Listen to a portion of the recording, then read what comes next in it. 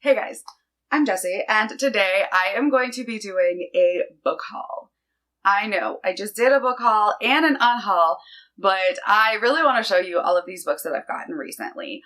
Pretty much all of these are self-published books that have been sent to me from the authors, and really I just wanted a way to show them all off in one video so you can kind of see what's out there, what new self-published books there are, and what better way to do it than a haul and show you all of these awesome books. There's a couple in here that are not self-published that I picked up, mainly I think my Fairyloot boxes, because I'm not doing unboxings anymore because I'm only getting the book only box. So I'll show you those, and then we will dive into all of these awesome self-published books that I have obtained recently. Okay, so the first one is not a Fairyloot or a self-published, but it was sent to me by the publisher, and that is The Fury by Alex Michaelides. So I don't think this is like my typical. I think this is like a thriller, but I was intrigued by this. This is the card that came with it. And I was like, oh, what is this? And it looked really cool. And it's like, read The Fury, and it's got like a little synopsis, like note kind of, but then you open it. The wind was fierce that night, the night of the murder. It was ferocious, furious, crashing through trees, tearing along pathways, whistling, wailing, snatching all other sound. How cool is that? It's like a snippet from the audiobook when you open the card. So I was here for it. It is definitely like a thriller, I think murder, mystery. Yeah, this is a tale of murder, or maybe that's not quite true. At its heart, it's a love story, isn't it? So normally, I am not one to read these kind of books often, but this one, I don't know. I think it was just like the package and the audiobook in the card. So I wanted to show you guys that because that was really cool. Then we've got my Fairyloot books that I've gotten recently. We won't spend too much time on them. The first one is The Bonesmith by Nikki Palpretto. This is a gorgeous copy. I absolutely loved her other series, Crown of Feathers, so I'm excited for this one. Then we have Forged by Blood, which again, absolutely gorgeous. Look at those edges. And I'm excited for this one too. It was on one of my most anticipated releases, and I got it, and yeah, really cool, beautiful cover. Then we have Threads That Bind. Again, gorgeous cover. Fairyloot always does really gorgeous, like sprayed edges and covers. I actually had the arc for this. I still haven't read it, but I have it. And yeah, this one's like the Ties of Fate kind of thing. Excited. And then the final of the Fairyloot books, like I said, we were just going to blow through these, is Immortal Longings by Chloe Gong.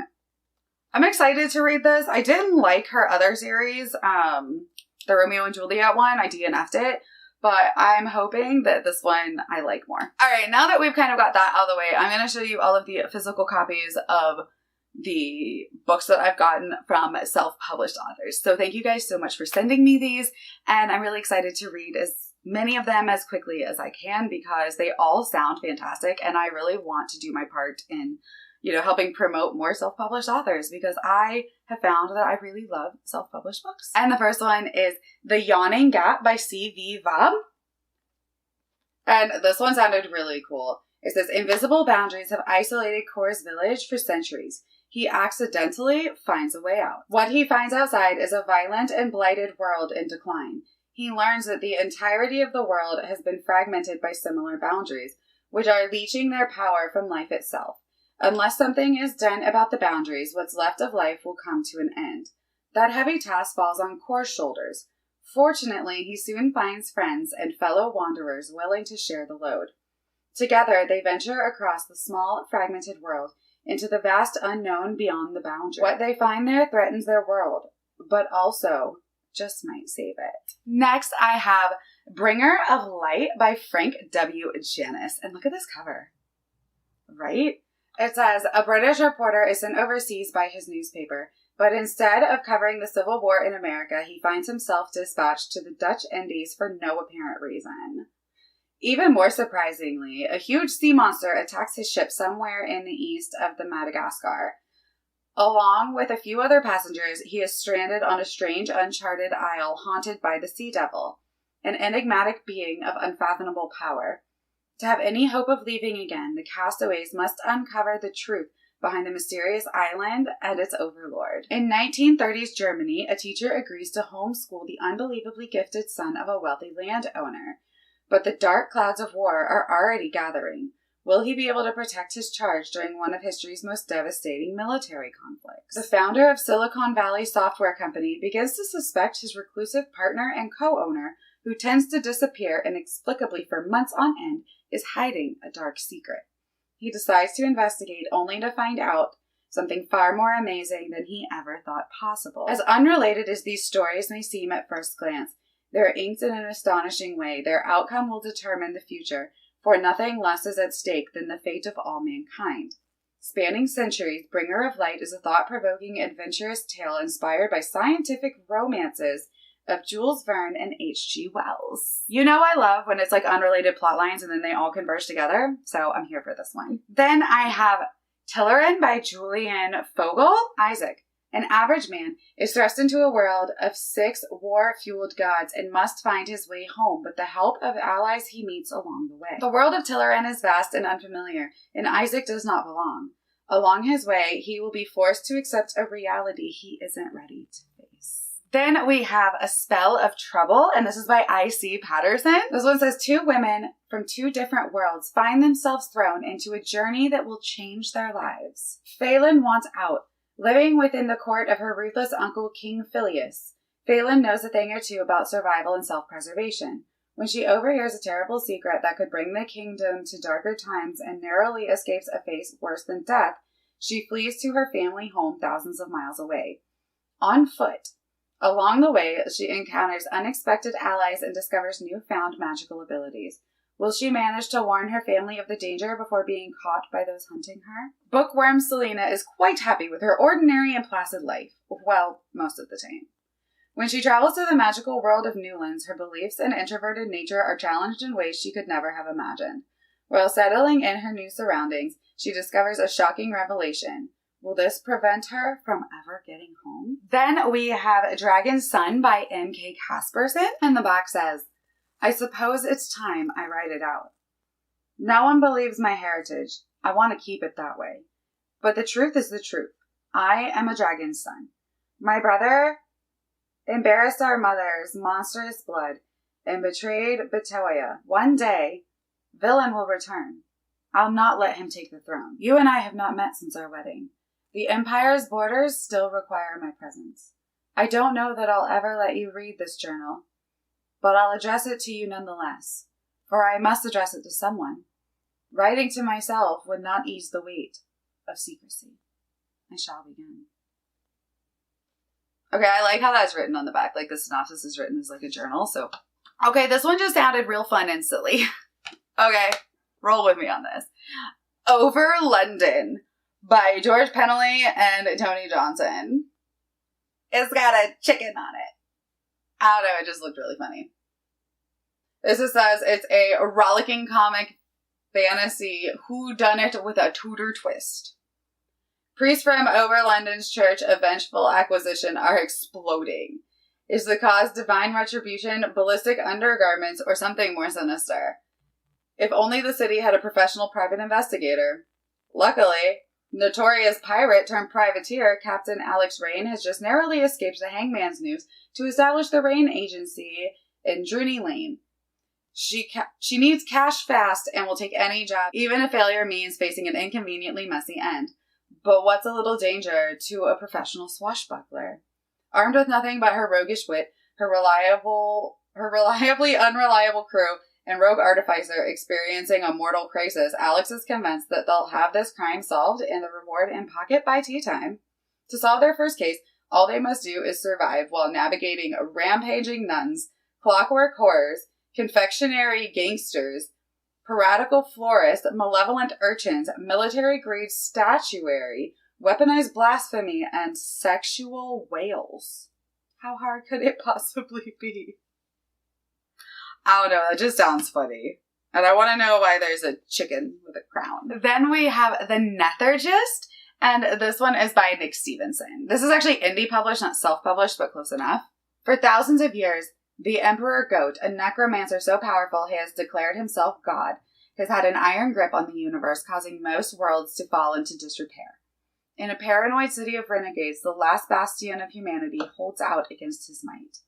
Aaliyah, its regent-elect, is friendless, single, the wrong sex, the wrong heritage, and apparently cursed. While attempting to rout a coup, she's selected by outside forces to search for impending birth site of Al-Kamia, a mage who is said to be the only match for the emperor. To save herself and her people, she must ally with heretic magi, necromantic freedom fighters, the human-hating reptilian Krail, and her sworn foe, the cowardly, lifeless warlord Vespian. A complex literary fantasy, Nethergist is a story where conflict is as much about the character's inner turmoil as the outward struggle against the maniacal empire. Featuring intense battles, snappy dialogue, and a world on the edge of ruin, Nethergist is a fantasy in the vein of Malazan Book of the Fallen and First Law, the first in a series. The next one is Return of Night by Gregory Contaxis. And it says, the Palace of Dawn will soon be stormed.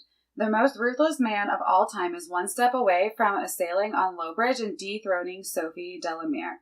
The Queen of Night Dorn is now alone, with neither allies nor an army capable of rebuffing the enemy, which is approaching her city.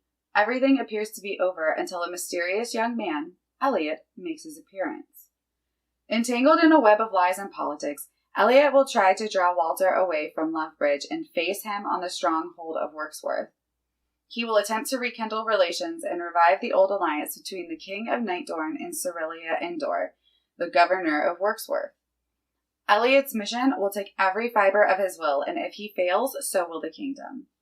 It says it's Game of Thrones meets Greek mythology in an explosive epic fantasy packed with war, medieval lore, magic, loyalty, and bravery.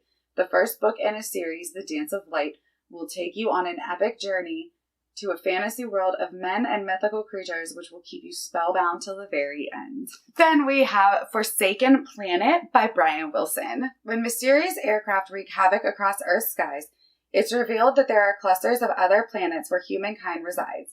Distant worlds where people wield the power of the stars themselves. It's an energy force that can bring about miracles, or, as the alien fleet's ruthless leader displays, unleash horrors beyond imagination. After experiencing a loss during the onslaught, Colton Sampson, an ordinary college student, vows to protect his loved ones at any cost.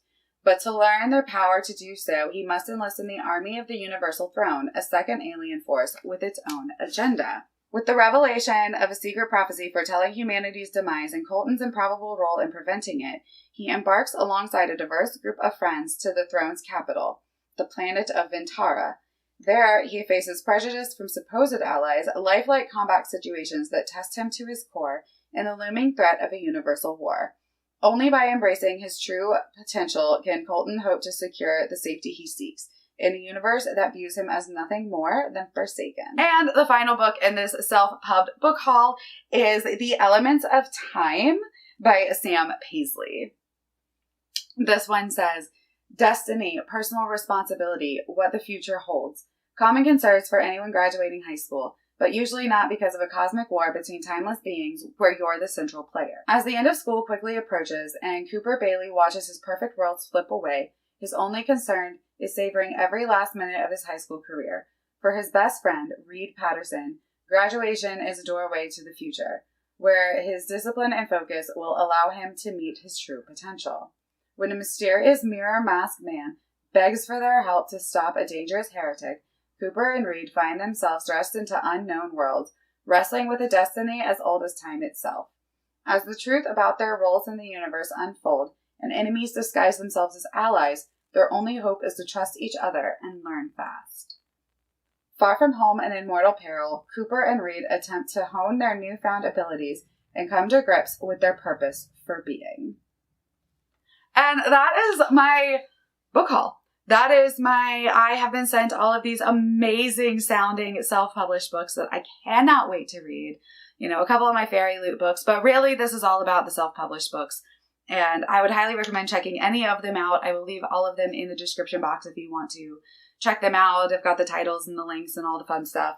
So yeah, if you are a self-published author, let me know. I would love to talk about your book and try to read it, and just like leave your information down below and so everybody can see it. And let me know if you've read any of these, if you want to check them out, because they all just sound so cool. And you know, we love to give hype to self and indie pub authors on this channel. Thank you guys for hanging out with me. My name's Jessie, and I'll talk to you next time. Bye.